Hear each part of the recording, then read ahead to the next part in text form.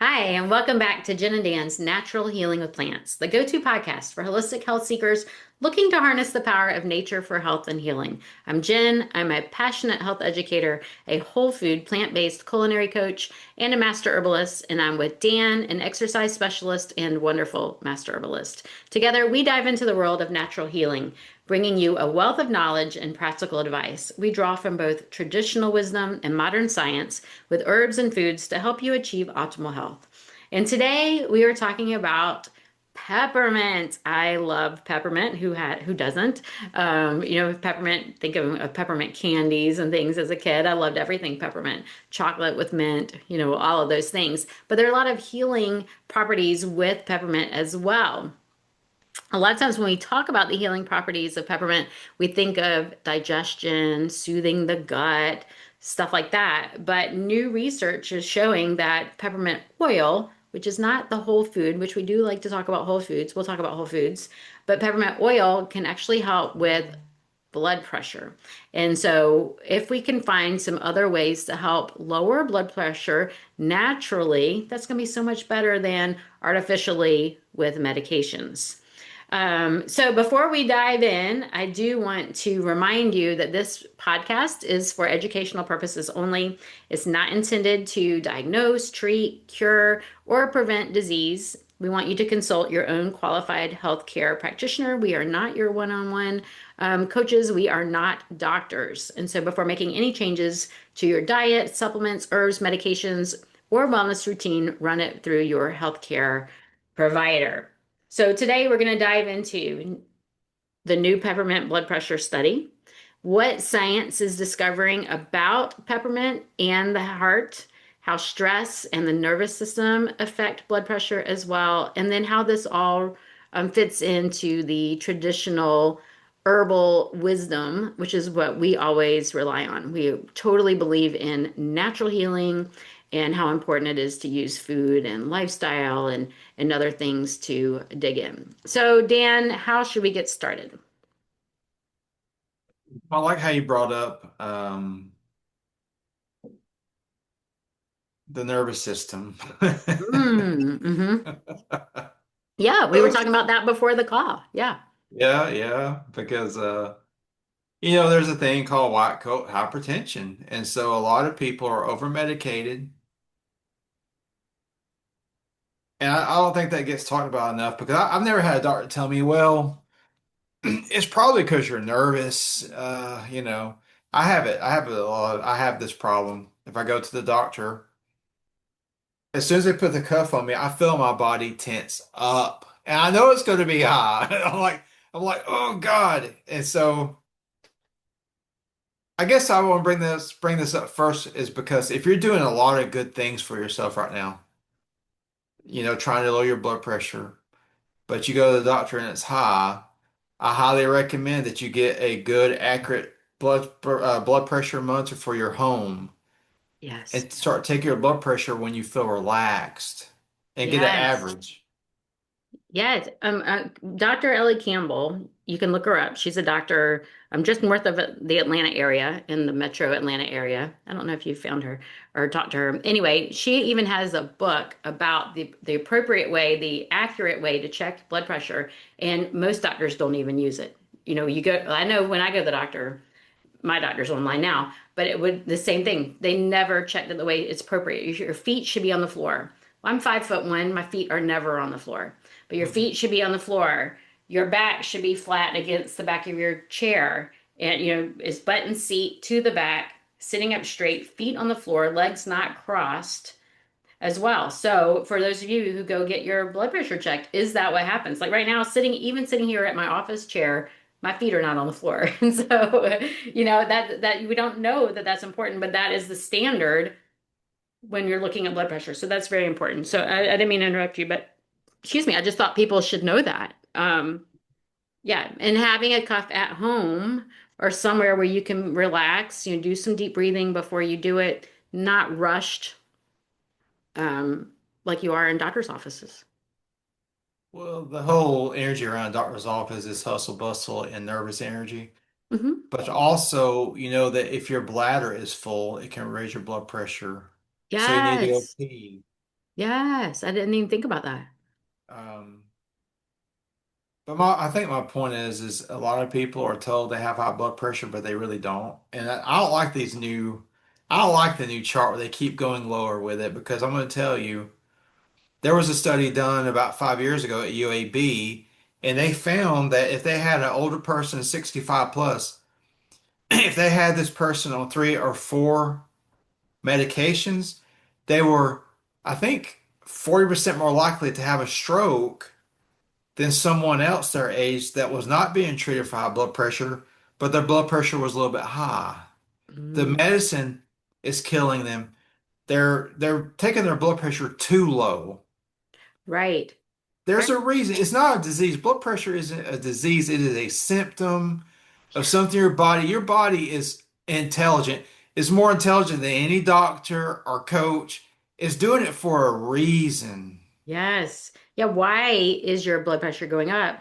And taking this medication is artificially lowering it, is lowering it, but all the pressure is still there. You Yep, didn't solve the problem. You're just artificially lowering the blood pressure so the number looks good, but whatever's creating that inflammation and your body's drive for that pressure is still there. And so it didn't solve anything.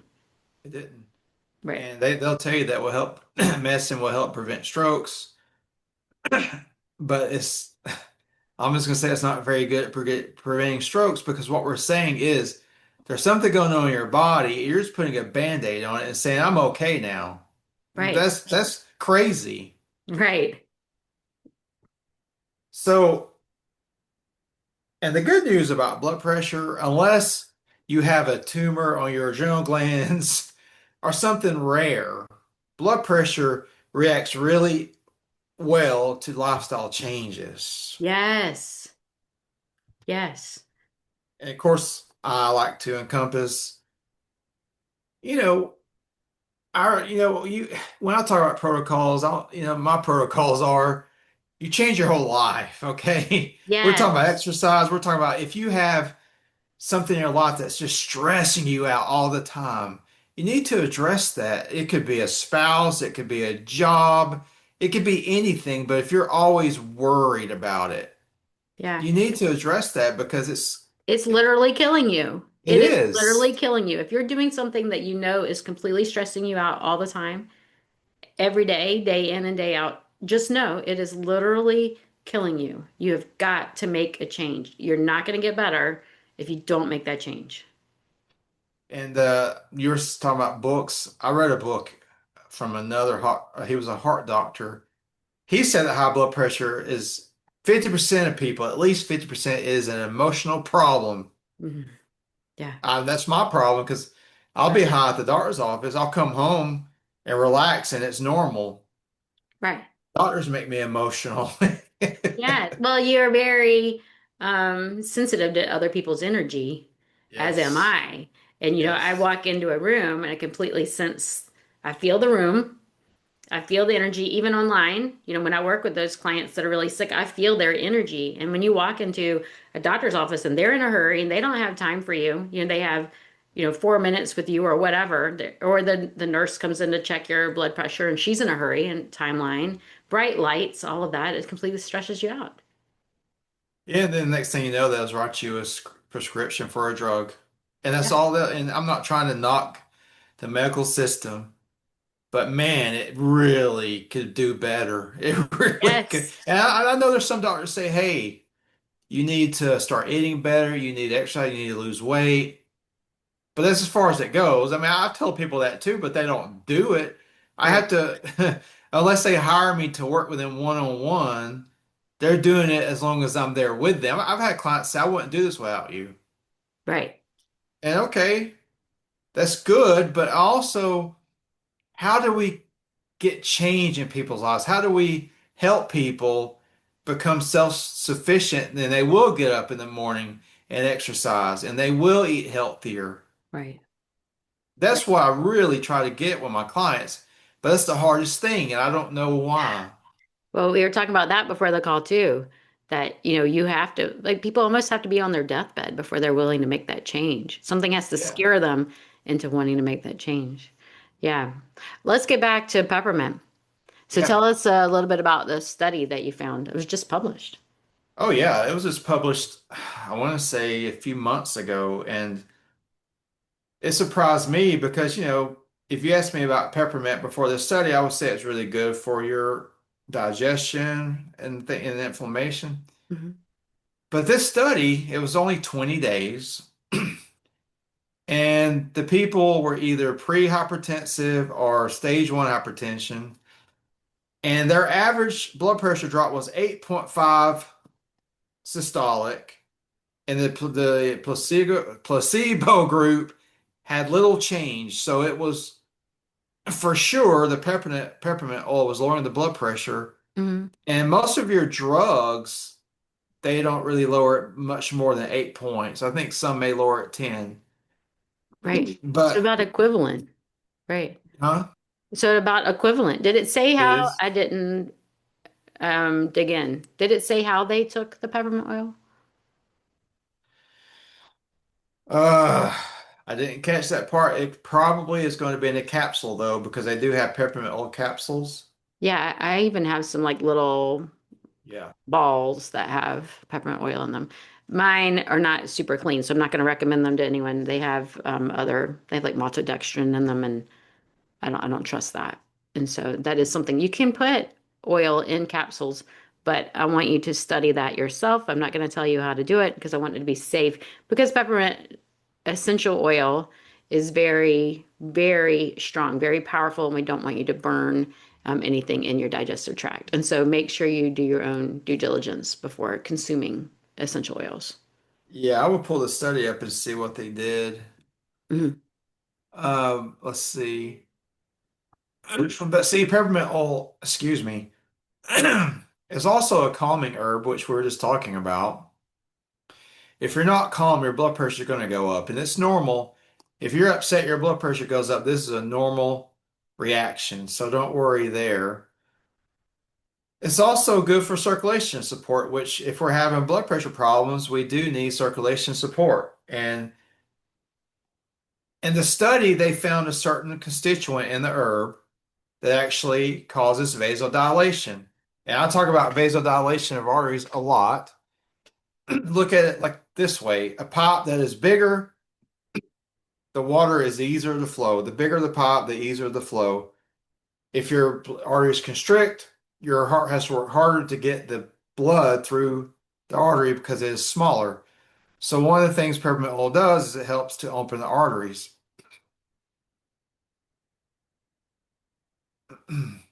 Also, traditionally, herbalists, they understood that digestion, stress, circulation, and heart health are all connected.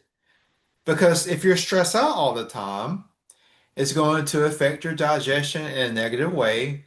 Actually, if you're stressed a lot, it can actually uh, create poor, I'm sorry, bacteria in the gut. You Mhm. can actually harm good gut bacteria if you're stressed out all the time. Right. Right. So I looked it up. So this is going to blow your mind. Okay. Okay, so the participants took 50 microliters of pure peppermint oil, diluted in 100 milliliters of water twice daily, once in the morning, once in the evening for 20 days. 50 microliters of pure peppermint oil is one drop. Whoa. What? One drop. One drop. That is Wow. crazy. Once in the morning and once in the evening, they used a pure peppermint oil from Piping Rock Health, which is a UK brand. If you do this, it does need to be diluted. I want to say that again. It does have to be diluted. Essential oils will burn if they're not diluted. One drop in 100 milliliters of water. If you buy Wow. if you buy peppermint oil, don't go and buy like off the shelf Walgreens, Walmart, something like that. Make sure you're buying an organic, pure essential oil that doesn't have anything else in it. And that's very difficult to find, but it should be in a dark glass bottle. It should be expensive. If you're buying a cheap essential oil, you're getting something that could harm your body. And so I'm not telling you to do this. I'm telling you to do your own due diligence, dig into the research, make sure it's right for you. But that is mind-blowing. So as effective as other blood pressure medications, one drop of pure peppermint oil in 100 milliliters twice a day. That is insane. That is insane. It shows you how powerful the herb is. Also, I'm Yes. thinking about cost. If you're only using 2 drops a day, that ball is going to last you a long time. Yeah, yeah, 2 drops a day. And it reminds me, so, many of you know I work for Dr. Rita Marie. I've gone through her nutritional endocrinology program. Love, love, love Dr. Rita Marie. And she has us in the morning do I'm going to get a morning gut rejuvenator. It's actually on drritamarie.com. A morning drink when you wake up to rehydrate the body. And it includes a drop of peppermint oil and Wow. lemon juice. So you can feel free to Google that. It is public information. It's out there on her website. But that's fascinating. I wonder if she even knows that. Well, of course, the study just came out, so she probably hasn't read the study yet. But that's amazing.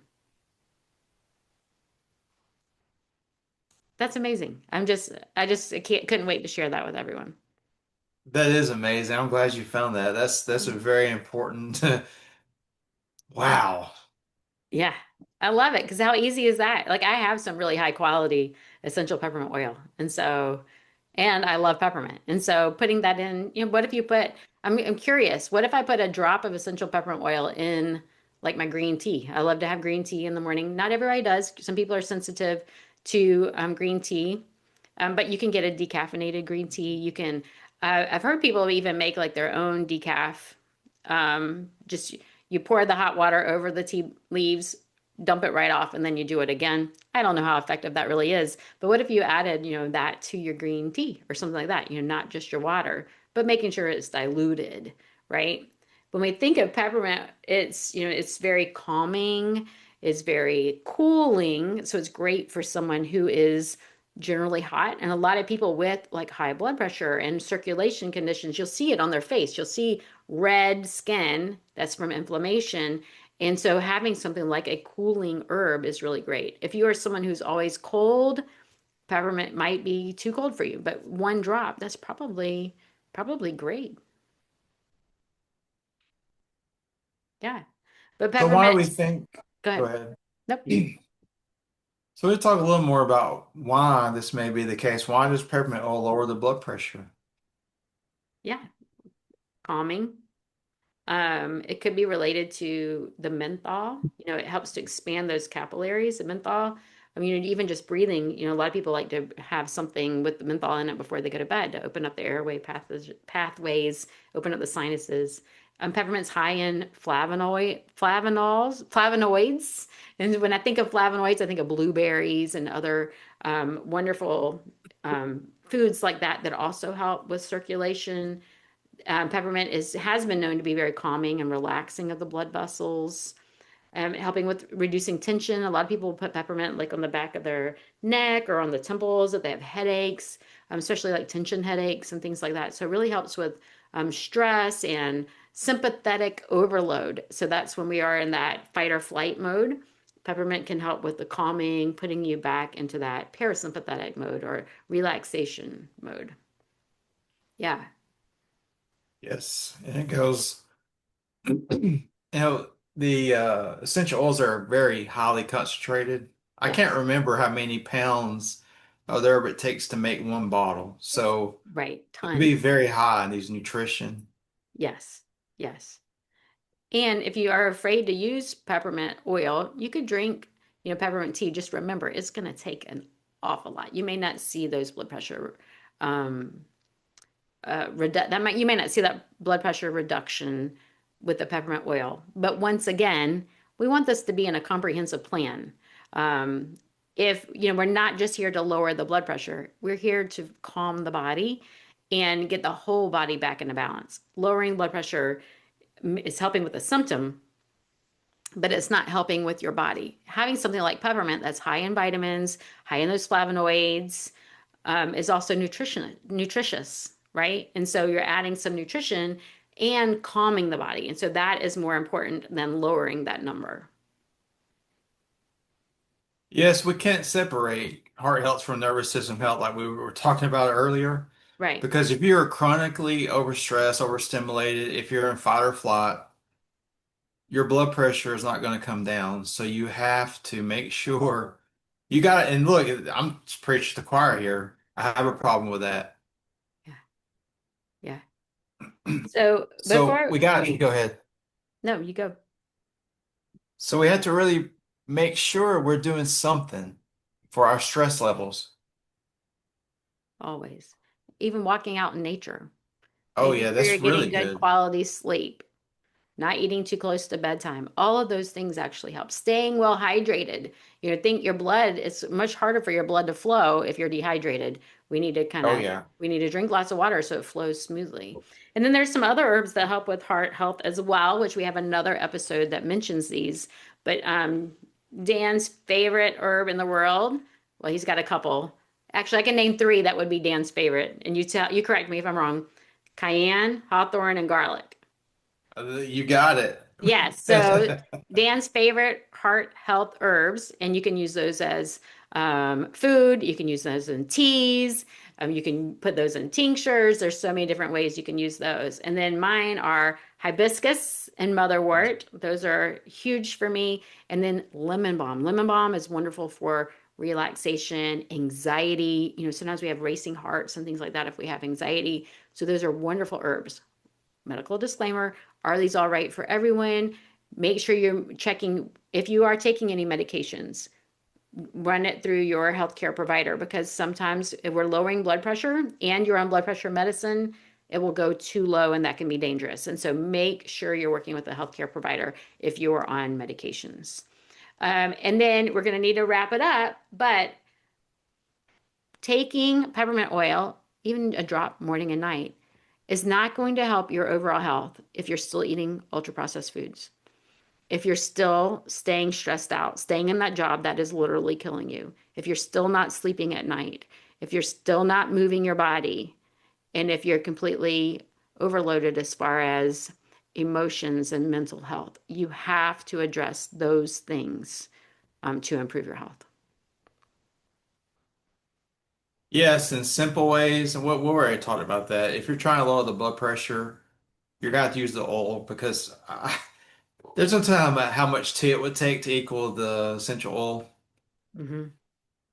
But, and like Jennifer just said, I like to bring up herbs that help people with their blood pressure and things because some people, that's where they're at. They want to take something for their blood pressure. So I say, okay, we'll try this.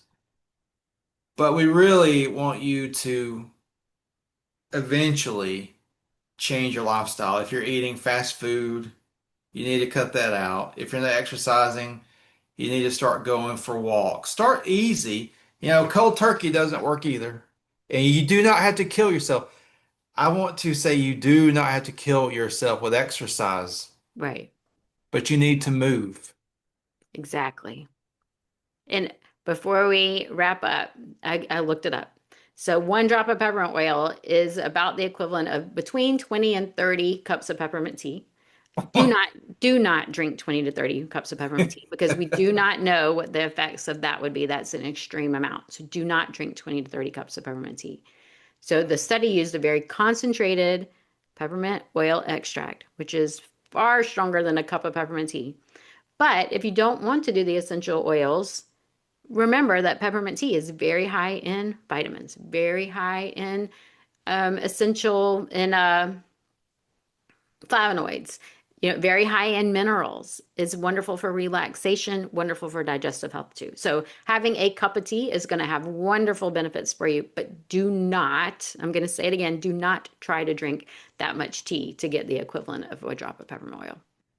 That must be a specially made oil just for that study, right? Because that's very concentrated. That is very concentrated. Yeah, I wonder if they have the brand on there. they That is did. crazy. Yeah, I said it. It was from the UK. It Okay. is, oh, I just missed it. Piping Rock Health is in the UK. Okay, so that's probably extra special and Yeah, yeah. So you can look it up and share in the comments if you look it up. yeah. If you learned something today, we want to hear from you. We love to hear from our listeners. Contact us. If you want to learn more about Dan, he is at danthenaturalman.com. To find out more about me, I am at Holistic Jen, that is WHOLISTIC Jen.com. Anyway, we'd love to hear from you. Thank you for listening and joining in with us today, and we look forward to sharing with you again next week.